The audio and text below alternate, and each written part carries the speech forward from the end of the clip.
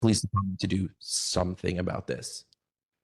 Yep. I apologize because we did talk about this last month and it was to be on the agenda this month. Have you had an opportunity to uh, discuss this with the Westchester Area School District as We well? are their meeting is at the end of the month. I've been collecting signatures. We're going to be sending the same petition to them.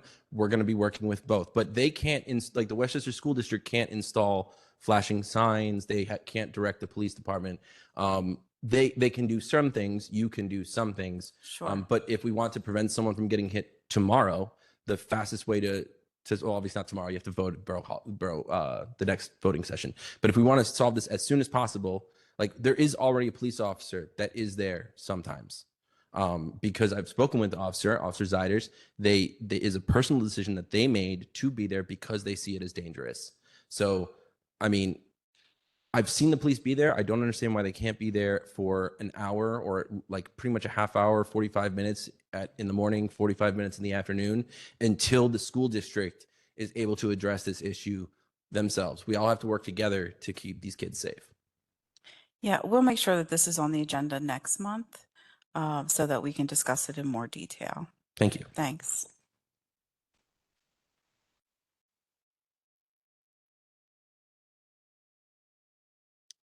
Hi, my name is George Carr. I live at 200 D Baptiste next to Kyle. And I guess I would just like to reiterate what he said about the crossing at Hillsdale. We've lived at 200 D Baptiste since 2016, and both of my children, Violet, who's 10 in fourth grade, and my son Henry, who's in second grade, go to Hillsdale. So we walk. So we cross that intersection twice a day for the past 5 years, and we'll be doing so for the next handful of years as well. And yeah, I think our desire is that the intersection is just enhanced in such a way that it's very obvious that there's school children crossing there, and whether it's like super bright, obnoxious signs or whether it's a police presence or whatever it is, our desire is just that something is put into place so that our children feel safer crossing there. It's usually okay-ish, but depending on the day, you're kind of doing a showdown with the cars that pull up. I've had to jump out of the way one time from a car, and it's just it would be really nice to have an obnoxious kind of setup, sort of like we have down at the courthouse, something like that. So we appreciate your consideration. Remind me of the hours of arrival and departure. So you can drop off as early as 8:30 in the morning. And I think school starts at 9:10. Yeah, 9:10. And then pick up, kids get let out, the walkers, at 3:30 p.m. And usually everyone's dispersed before 4 p.m. Would this be an issue then where we might need to issue some type of traffic study to determine what exactly is going to be needed besides a police presence? I mean, the police department does the traffic study, so maybe Chief Lee can speak to it when he gives the police report. I don't know that a police study it's a crosswalk, right? Yeah. With children. So we have heard your comments. Again, I apologize that we missed getting this on the agenda, but we will make sure that it's an item next month. Thank you. Thank you. Any other comments? Okay, moving on to the reports. Westchester Fire Department.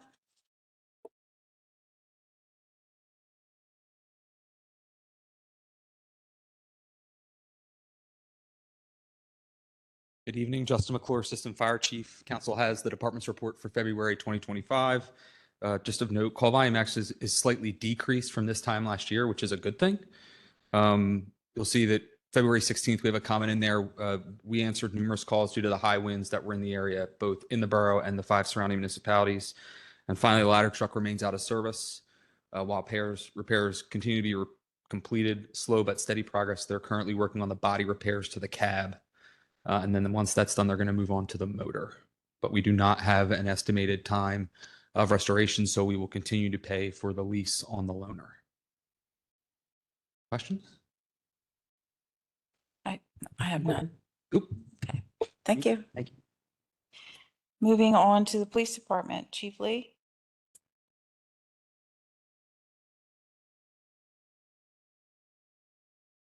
Hi, I'm Josh Lee. I'm the police chief.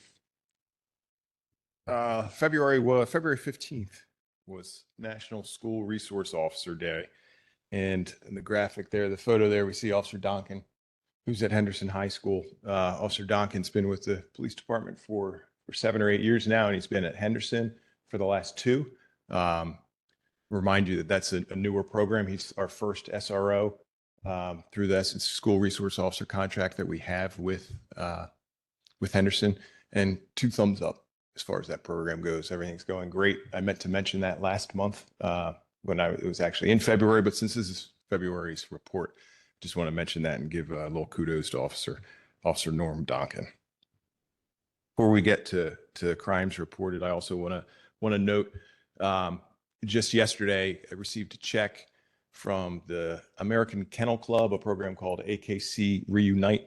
They offer a grant program for a maximum of $7,500 a year, and I'm happy to say that although it's a drop in the bucket as far as the whole budget goes, we were awarded a $7,500 grant to go towards K9 Odin and the costs surrounding him. And just as a point of note, we spend about $2,000 a year on food for K9 Odin, so that money will go a long way. Also, very happy to announce.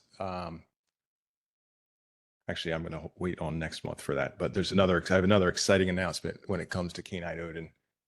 So hold your breath for next month, and I'll let you know what's going on there. And if we get to The patient, Bill. if we get to numbers, crimes reported very similar to previous months, and that's to be expected. Excuse me, a very, very small decrease in alcohol-related crimes. Happy to say that in February, we didn't have any robberies, and our felonious assaults, which is the second set of bars, our felonious assaults are down, but nothing really, really noteworthy. Want to bring you up to date on some internal updates. Chief, before you go on, I yeah, do I'm see a spike in February, if I'm reading the report correctly, in narcotics. It looks like there's a decrease in just about everything but narcotics. Yeah, so know that when it comes to narcotics, a lot of that is driven by the investigations that we conduct. So sometimes we'll see bumps, and it might be because a particular target or a particular investigation came to an end, and we may have made several arrests on one day or in a group of days related to one investigation. So that might explain what you're seeing. Okay. As far as our updates, we are testing this Saturday and the following Saturday, on the next 2 Saturdays, for the position of police officer. We're currently, just to bring you up to speed, we have been short 2 officers of our full complement. Our full complement is 44. We've had 42 since about this time last year. So excited that this year is the first time in more than 10 years that we've had more than 100 people sign up to take our exam. I think that's in large part to the work that civil service has done and the work that my assistant Stacy King has done to really get the word out there and bring people in. So we have, like I said, more than 100 people that will be taking that exam. And the goal there is to have those officers in place by June or July of this year. And then we're also also interviewing for the position of police social worker. I know Mr. McGinnis asked the last 2 months, I think. We've conducted several interviews, and I have a few left. And I'm hoping to have a decision made there and have by next week, and have a social worker in place by May 1st. So we're getting really close there, and I'm happy to bring you up to speed there too. How many applicants do we, like on average, have we had over the last 10 years? So last year we had 60 some applicants that signed up for the test. And what we did this year that was very different is this year we used an online platform to advertise for the test, and also an online platform for people to sign up and apply. So it's the first time in the history of Westchester Borough where we've stepped as far as the hiring, this part of the hiring process, we've moved into the 21st century so that people can apply for the police job, much the same way you'd apply for almost any other job online. I think that's responsible for a lot of that increase. But anyway, to answer your question, the last time we tested, we had 61, I believe it was, to sign up to take it, but less than 40 actually showed up. Prior to that, the number to sign up was as high as 65 or 70. The percentage that showed up was a little bit higher. We had 50 or so. But if I did the research right, it's since at least 2014 that we've had 100 or more people sign up. So it's exciting. I'd like to be able to report back to you next month that. How many showed up? Yeah. Okay. Thank you. Thank you. And then for our noise complaints, you'll see that graph. We've gotten used to seeing this, and it's spread out very similarly to the way it has been spread out the last several months. The largest sector of the borough or the most noise complaints have been reported in the southeast sector of the borough. We did issue one citation for noise. That citation was issued in the southeast. We did all the paperwork and forwarded all the paperwork to the Building and Housing and Codes Department. They're following through on that. And there is an address or two. There is an address, and it's not coming to me now, in the southeast that Codes has followed through with the process for, and they're in jeopardy of losing their rental permit because of repeated violations. So I say that to say that the system that we looked at almost a full year ago now, I think, we're starting to see that the system has worked or is working.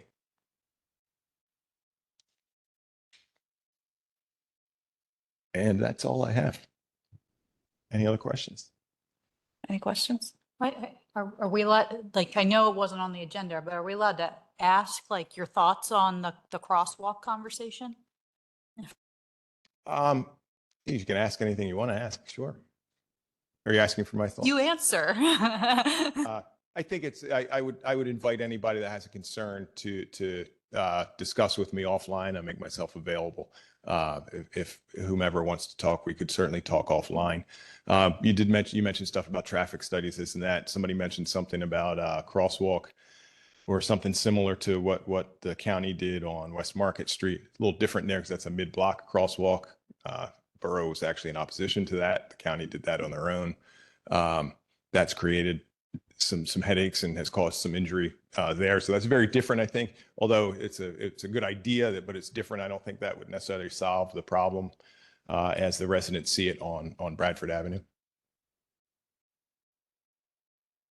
How about just having people there for that short period of time in the morning and the short period of time in the.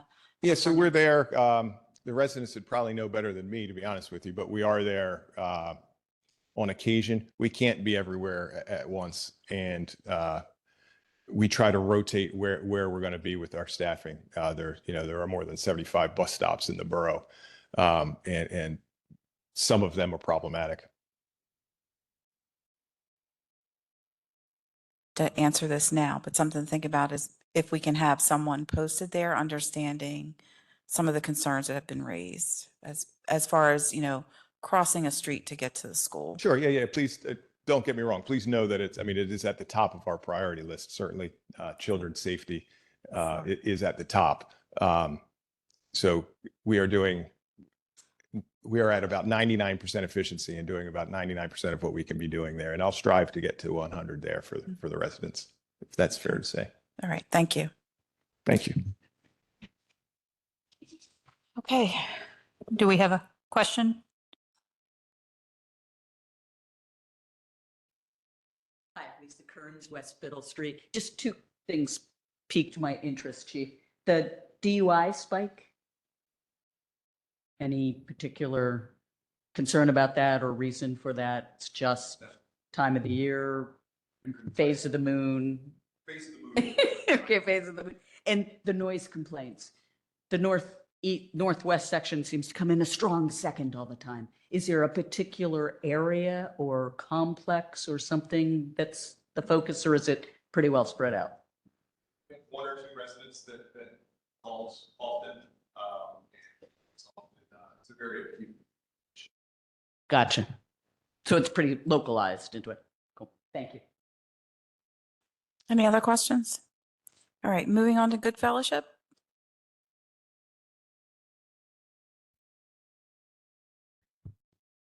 Good evening. Justin Robbins, Director of Operations. So for February, we responded to a total of 627 calls, 173 here in the borough. Pretty consistent across our days of the week and hours. Nothing abnormal in the hospitals that our patients got transported to. If you scroll down there to the last page, I will say we actually saw a decrease in our alcohol and drug patients in the month of February from the month prior, significant drop in that. We've also seen a decrease in our response times to getting crews on scene. So just something that I wanted to point out that we're proud of. Nothing abnormal about the report. Any questions on those items? I have none. Anyone else? Just some quick updates to share. I'm sure that everyone got the press releases that were sent out and Chaz's email. Good Fellowship was just named as the sole EMS provider for West Whiteland Township. That'll be effective June 1st of this year. So continued growth for our organization. Won't affect the care that you see here. It'll actually put more units and more providers on the street available to respond back if needed. So great growth for us. Some bad news in the area. We're all worried about Crozier Hospital down in Delaware County. I know it's a little bit further away, but there could be some secondary impacts out here. So on behalf of the EMS Council, I know that they're monitoring closely the impacts on hospitals, EMS, and fingers crossed. Thank you. All right, thank you. Okay, any comments? Moving on to old business, approving the February 2025 meeting minutes. All good. Moving on to item B, discuss the Westchester University and Westchester Borough matters. Mr. Metrick? Excuse me, the summary of issues was included as an attachment, and one highlight was I was able to attend the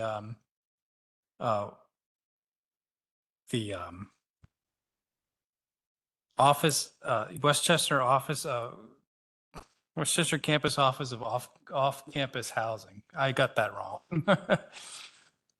But yeah, it is a mouthful, but that was an important part for important step for me to build those connections and get to interact directly with students looking for housing and meet the essential staff there that deal with those issues on a day-to-day basis. That was some progress there. Any questions? All right, moving on to new business. Motion to approve special event applications. First one is Empower Specialty Fitness, 5K and awareness walk. Yes. First off, let me just want to ask, is the new format we're using a little bit more helpful with the names, dates, times? It's kind of a throwback to the old special event application.